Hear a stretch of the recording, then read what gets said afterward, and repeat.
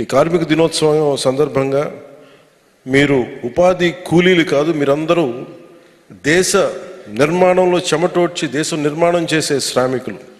అందువల్ల ఈ రోజు నుండి మిమ్మల్ని ఉపాధి శ్రామికులుగానే పిలుస్తాం. ఆ గౌరవం ఇవ్వాల్సిన అవసరం మా అందరి మీద ఉంది. ఎందుకంటే ఏ పని చేసినా చాలా చిన్నతనంగా ఉంటుంది. ఒక ఇంజనీరే గొప్పవాడా, ఒక సైంటిస్టే గొప్పవాడా, ఒక డాక్టరే గొప్పవాడా, చెమటోడ్చి పనిచేసే శ్రామికుడు గొప్ప, అది నేను తగ్గించడం నాకు ఎప్పుడు ఇష్టం ఉండదు. డిగ్నిటీ ఆఫ్ లేబర్ లేదు మన దేశంలో. ఆ డిగ్నిటీ ఆఫ్ లేబర్ని మేము అంటే నేను ఎందుకు దీనికి ఇంత తపన పడతానంటే, నాకు చిన్నప్పుడు నేను రెగ్యులర్ చదువులు చదువుకోలేదు కాబట్టి ఏ ఉద్యోగంకి వెళ్ళాలో తెలిసేది కాదు. ఒక 19-21 వయసు నేను అడిగింది మా ఇంట్లో, మీరు ఏదన్నా నన్ను బయటికన్నా వదిలేయండి, నన్ను ఇంట్లో ఎట్లా ఉండంటే ఇట్లాగే గాజు బొమ్మలో పెంచేవాళ్ళు.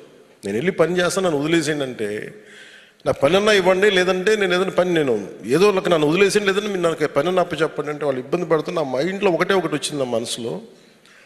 బెంగళూరుకి వెళ్ళి ఒక చిన్నపాటి నర్సరీలో మీరు ఏ విధమైన పని చేస్తున్నా ఆ పని చేయడానికి సిద్ధపడి నేను వెళ్ళిపోతుంటే మళ్ళీ ఫైనల్గా ఆపి నన్ను మళ్ళీ ఇక్కడ తీసుకొచ్చాను. అంటే నా మనసులో ఎప్పుడు కూడా నిజమైన శ్రమ, కండని కరిగించే శ్రమ, రక్తాన్ని ధారపోసే శ్రమ. సో మీరే లేకపోతే ఈ రాష్ట్ర నిర్మాణం కానీ ఈ దేశ నిర్మాణం కానీ ఉండదు. అందుకని మీకు ఇవ్వడానికి నిజంగా నేను చాలా అదృష్టంగా భావిస్తున్నాను.